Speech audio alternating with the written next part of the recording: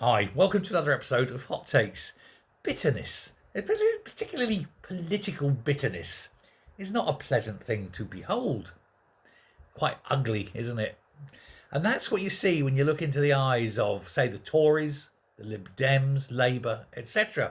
Because they've all, each and every one of them, complained that reform seemed to be given more television time. Oh, but they've only got 4 MPs. Why are they getting so much time? Well, considering that they keep winning election after election at county level, considering they are leading the polls and leading the polls by a massive amount, it's not surprising that they're getting some time.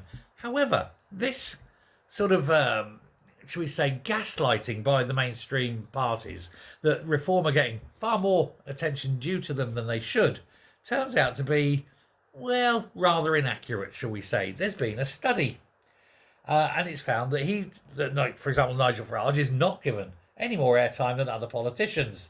And this is not just some kind of, someone's, looking at it and seeing. This is an academic study. Alistair Campbell, he famously accused the BBC of granting the Reform leader far more airtime than deserved, disproportionate amount, they said. But analysis of party representation across flagship TV political programmes by Cardiff University School of Journalism, Media and Culture found that Farage appeared less frequently on flagship political shows last year than he should. In fact, in order to equal it up, they found Farage would actually have to appear a lot more often. That would please them no end, wouldn't it? I just think that's absolutely brilliant. Anyway, it's contrary to the long-standing claim that Nigel Farage is allocated more frequent appearances than other politicians on programmes such as Question Time, etc., or Trevor Phillips and things like that. They said no, he's actually behind the curve. Deary me. In fact, Mohammed Zia Yousaf, has a more popular the front-facing time of it than Farage.